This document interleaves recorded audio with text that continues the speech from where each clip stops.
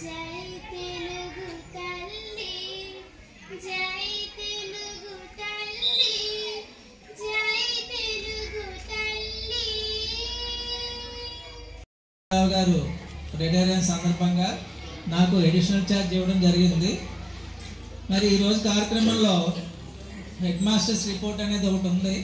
ఈ పాఠశాల ప్రగతి గురించి మీకు తెలియజేస్తాను.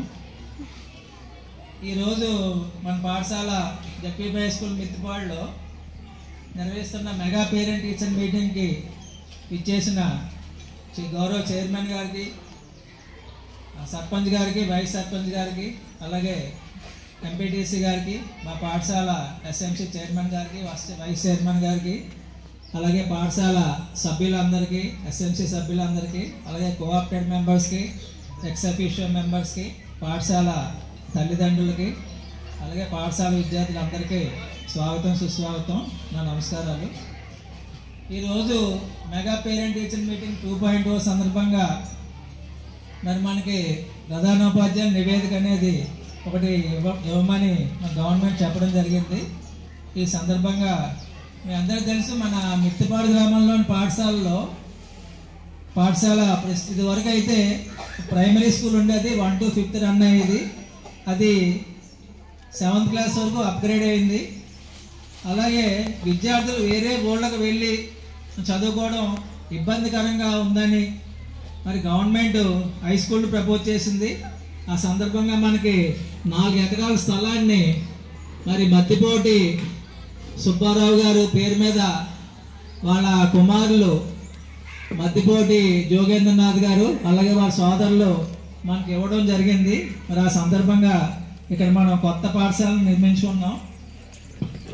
మరి ఈ పాఠశాల గత సంవత్సరం వరకు 3rd క్లాస్ నుంచి 10th క్లాస్ వరకు ఉండేదండి. ఈ సంవత్సరం మన గవర్నమెంట్ కొత్త పాలసీలో భాగంగా 3rd, 4th, 5thని మన ప్రైమరీ స్కూల్కి అటాచ్ చేశారు. ప్రస్తుతం మనకి 6th నుంచి 10th వరకు క్లాసెస్ రన్ అవుతున్నాయి. ఇక్కడ 227 మంది స్టూడెంట్స్ చదువుతున్నారు. ప్రస్తుతం 12 మంది టీచర్స్ ఇక్కడ పనిచేస్తున్నామండి. 2 వాలంటీర్స్ పనిచేస్తున్నారు, అలాగే ఇద్దరు పార్ట్ అడ్మినిస్ట్రేటర్స్ పనిచేస్తున్నారు, అలాగే 2 ఆయాలు పనిచేస్తున్నారు. మరి పాఠశాలలో గత 2 సంవత్సరాలుగా 90% స్టూడెంట్స్ స్కూల్కి అటెండ్ అవ్వడం జరుగుతుందండి. ఇప్పుడు రోలు 227 ఉంది. ఇందులో CWSN పిల్లలు 5 ఉన్నారండి మనకి. ఈ పాఠశాలలో ఈ అభ్యసన సామర్థ్యాలు అంటే ఏ క్లాస్కి సంబంధించిన ప్రగతి ఆ క్లాస్లో చూపించే విద్యార్థులు ఇంచుమించుగా మనకి 75% ఉన్నారు. ఇక్కడ మన గవర్నమెంట్ స్కూల్స్లో మనకి సబ్జెక్ట్ అనేది క్వశ్చన్ అండ్ ఆన్సర్స్ పరంగా కాకుండా సబ్జెక్ట్ని చాలా డెప్త్ వరకు బోధించడం జరుగుతుంది. మీ అందరికీ తెలుసు, ఏ ఉద్యోగం రావాలన్నా సరే మార్కులతో ఇచ్చే పరిస్థితి లేదు. ఇప్పుడు ప్రతిదానికి కాంపిటేటివ్ ఎగ్జామ్ రాయాలి అంటే సబ్జెక్ట్ అనేది చాలా లోతుగా అవగాహన కలిగి ఉండాలి. మరి మన గవర్నమెంట్ స్కూల్స్లో ఉండే ఉపాధ్యాయులు అందరూ హైలీ క్వాలిఫైడ్. మా స్కూల్లో కూడా పోస్ట్ గ్రాడ్యుయేషన్ చేసిన ఉపాధ్యాయులు ఉన్నారండి, ఎంఫిల్ చేసిన ఉపాధ్యాయులు ఉన్నారు. వీళ్ళందరూ ఏంటంటే సబ్జెక్ట్ని చాలా డెప్త్ వరకు బోధించడం జరుగుతుంది. అంటే చాలా లోతుగా పిల్లవాడికి అర్థమయ్యే వరకు బోధించడం జరుగుతుంది. అంటే క్లాస్ ఎగ్జామ్స్లో మార్కులు రావడమే కాదు, రేపు పొద్దున్న ఫ్యూచర్లో మరి ఏదైనా ఎగ్జామ్ ఎపీర్ అవ్వాలంటే అతనికి చాలా సబ్జెక్ట్ అనేది ఉండాలి. చాలా సబ్జెక్ట్ ఉంటే మాత్రమే మనకి ఉద్యోగాలు రావడం జరుగుతుంది. ఇప్పుడు డిగ్రీలను బట్టి ఉద్యోగాలు లేవండి, అది కేవలం అర్హత మాత్రమే. మీ అందరికీ తెలుసు, డిగ్రీ తోటి ఉద్యోగానికి అప్లై చేయగలం. ఉద్యోగం రావాలంటే మాత్రం ఖచ్చితంగా మనం కాంపిటేటివ్ ఎగ్జామ్ పాస్ అవ్వాలి, తర్వాత ఇంటర్వ్యూ ఫేస్ చేయాలి. ఆ ఇంటర్వ్యూలో మన సక్సెస్ అయితే మనకి ఏ ఉద్యోగం అయినా రావడం అనేది జరుగుతుంది. మనకి లాస్ట్ ఇయర్ 2024-25 సంవత్సరంలో 10th క్లాస్లో 47 మంది విద్యార్థులు అపేర్ అయ్యారండి. 3 స్టూడెంట్స్ తప్పితే మిగతా అందరు స్టూడెంట్స్ మరి 10th క్లాస్ ఉత్తీర్ణత సాధించడం జరిగింది.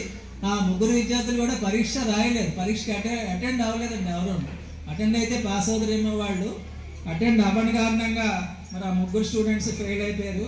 మన స్కూల్ పాస్ పర్సంటేజ్ వచ్చి 93% ఉందండి ఇక్కడ. మరి మన 10th క్లాస్కి సంబంధించి మార్క్స్ విషయం చూస్తే ఈ స్కూల్ ఫస్ట్ 553 మార్కులతోటి పిప్పల్ల లక్ష్మీ శిరీష ఉందండి. తర్వాత 538 మార్కులతోటి మౌనిక అనే అమ్మాయి ఉందండి. అలాగే థర్డ్ పొజిషన్లో అనిల్ కుమార్ అనే అబ్బాయి 535 మార్కులతోటి థర్డ్ ర్యాంక్లో ఉన్నాడు. మీ అందరికీ తెలుసు, మన పాఠశాలలో ప్రభుత్వాలన్నీ ఇన్ఫ్రాస్ట్రక్చర్ మీద దృష్టి పెట్టడం జరుగుతుంది. మన క్లాసుల్లో ఉన్న అన్ని క్లాస్ రూమ్స్లో, మన పాఠశాలలో ఉన్న అన్ని క్లాస్ రూమ్స్లో 4 ఫ్యాన్స్ ఉన్నాయండి, 4 లైట్స్ ఉన్నాయి. ప్రతి క్లాస్లోనూ గ్రీన్ బోర్డ్స్ ఉన్నాయండి. గతంలో బ్లాక్ బోర్డ్స్ ఉండేవి, అవి బ్లాక్ అండ్ వైట్ రాయడం వల్ల కళ్ళకు కొంచెం ఇబ్బంది వస్తుందని అది గ్రీన్ బోర్డుకి మార్చడం జరిగింది. అన్ని క్లాసుల్లోనూ గ్రీన్ బోర్డ్స్ ఉన్నాయండి. అలాగే ఐఎఫ్పి ప్యానల్స్ ఉన్నాయి. అంటే మనం ఏదైనా సరే పిల్లవాళ్ళకి అర్థం అయ్యేలా చెప్పాలి అంటే ఆడియో వీడియో కూడా ఉంటుందన్న ఉద్దేశంతో ఐఎఫ్పి ప్యానల్స్ కూడా ఏర్పాటు చేయడం జరిగింది. మన స్కూల్లో టాయిలెట్స్ యూనిట్స్ ఉన్నాయండి, డ్రింకింగ్ వాటర్ ఉంది, మనకు ఆర్ఓ ప్లాంట్ ఉంది. ఆడుకోవడానికి మంచి ప్లే గ్రౌండ్ని డోనర్ ఇవ్వడం జరిగింది. అలాగే మన స్కూల్లో సైన్స్ ల్యాబ్ ఉందండి, 3000 పుస్తకాలతో లైబ్రరీ ఉంది.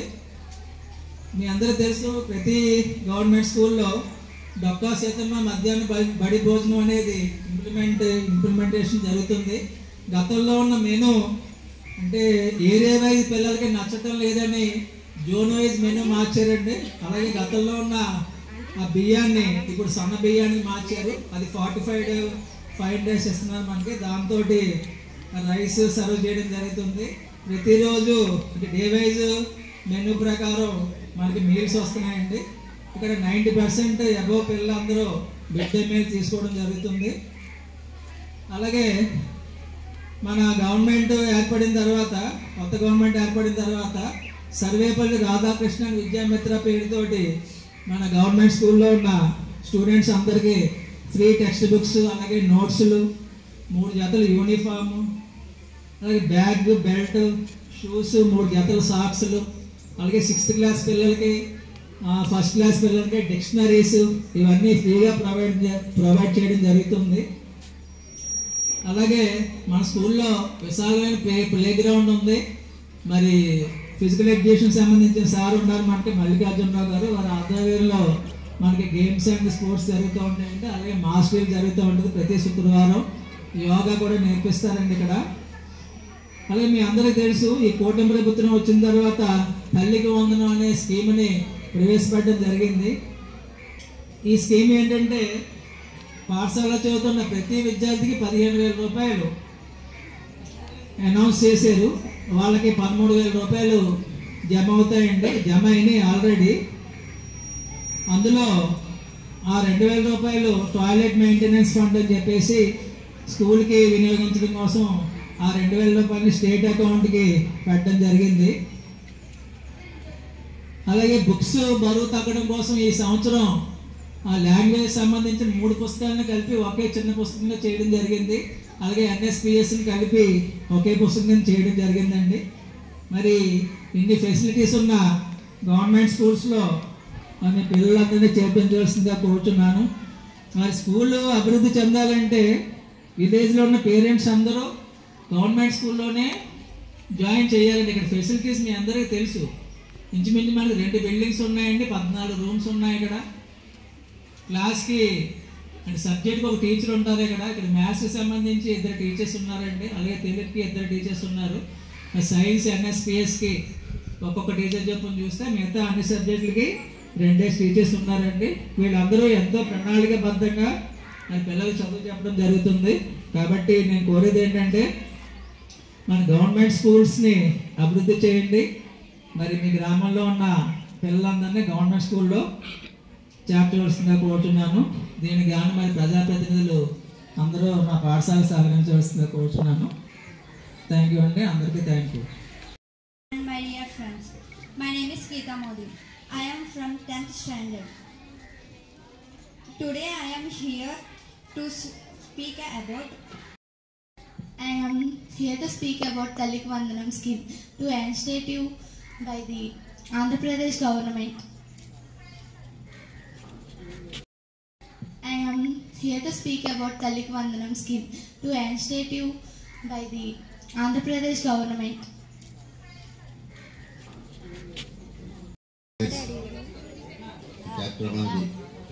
ముఖ్య అతిథి చేసిన గ్రామ సర్పంచ్ బంగారు చక్రవర్తి గారికి, అలాగే మన గ్రామ ఎంపీటీసీ మార్గరెడ్డి దేవి గారికి, అలాగే విజయ కమిటీ చైర్మన్ గారికి, వైస్ చైర్మన్ గారికి, ఈ జనసేన నాయకుడు పిల్లాడి అలయ్య గారికి, ఈ ప్రధానోపాధ్యాయులకి, కార్యక్రమానికి ఉపాధ్యాయులందరూ కూడా ఈ కార్యక్రమానికి ఇచ్చేసిన విద్యార్థులకి మరి తల్లిదండ్రులందరికీ కూడా నా శుభాకాంక్షలు తెలుపుకుంటున్నాను. ఎందుకంటే ఈ మెగా పేరెంట్ అన్నది ఈరోజు మన స్కూల్ వాతావరణం కాదు, స్టేట్ ప్రతి గ్రామంలో ఉన్న స్కూల్ కానీ ప్రైవేట్ పాఠశాలలు కానీ అన్నీ కూడా ఒకే రోజు పండగ. గతంలో మీకు ఏదైతే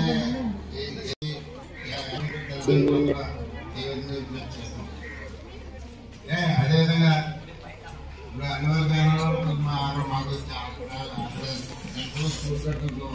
కొంచెం లేట్గా ప్రోగ్రామ్ స్టార్ట్ అయింది. ఎందుకంటే అక్కడ ఉన్న సెంట్రల్ పేరెంట్స్ అన్నా కూడా కొంచెం లేట్గా వచ్చారు.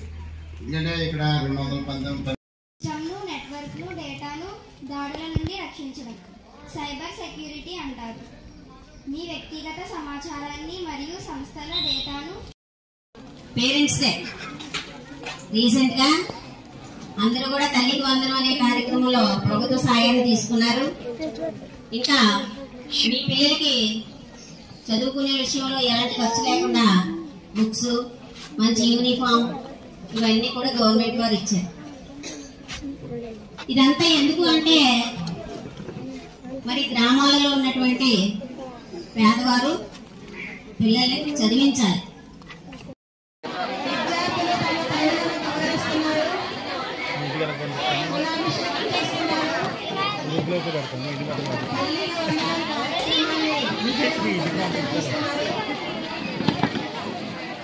ఒక పద్ధతిని అలవాటు చేసుకుంటున్నారు. తల్లిని గౌరవించాలి అనే సాంప్రదాయాన్ని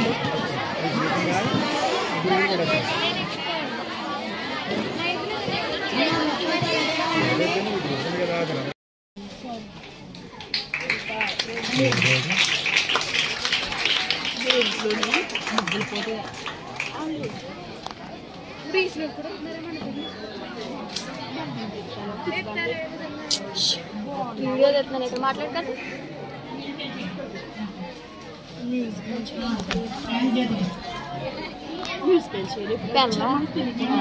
అక్కడ ఆన్లైన్ చేసుకుంటారా?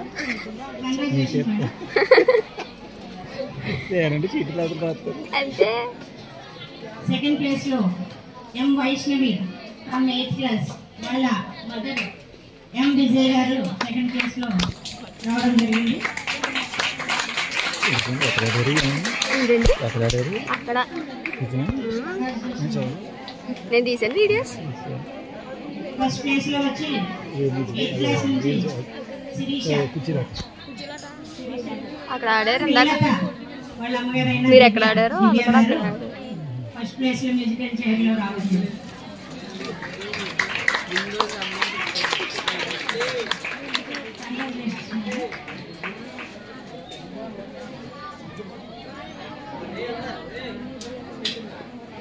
ఫస్ట్ వచ్చడానికి లేటర్స్. ఫస్ట్ ప్లేస్ వచ్చి 8 నెంబర్ కౌంటర్ లో ఎం విజయ్ గారు, వాళ్ళ అమ్మాయి ఎం వైష్ణవి 8th క్లాస్ విజయ్ గారు. ఇప్పుడు ఈవిడ తీసుకుంటారు ఫస్ట్ ప్రైజ్. ఎందుకంటే ఆ ముగ్గులో కొంచెం మాకు కాన్సెప్ట్ కనిపించింది. ఇందాక మ్యూజికల్ చైర్ ఇండియన్ ఫ్లాగ్ లో ఉన్న కలర్స్ ఇక్కడ ఎగ్జిబిట్ చేయడం జరిగింది. సో దానికని మేము ఫస్ట్ ప్లేస్ ఎం విజయ్ గారికి ఇవ్వడం జరిగింది. ఇంకే మ్యూజికల్ చైర్ మళ్ళీ ఈవిడ తీసుకుంటున్నారు ఫస్ట్ ప్రైజ్.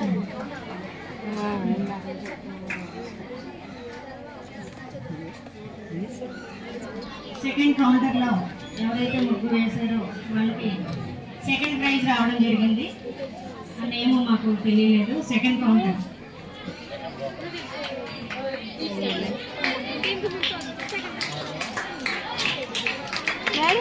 మీ పేరెంట్ మేడం మేరీ గారు, మేడం మేడం ఇక్కడ జీవన్ వాళ్ళ మదర్ గారు మేరీ గారు సెకండ్ క్లాస్లో రావడం జరిగింది.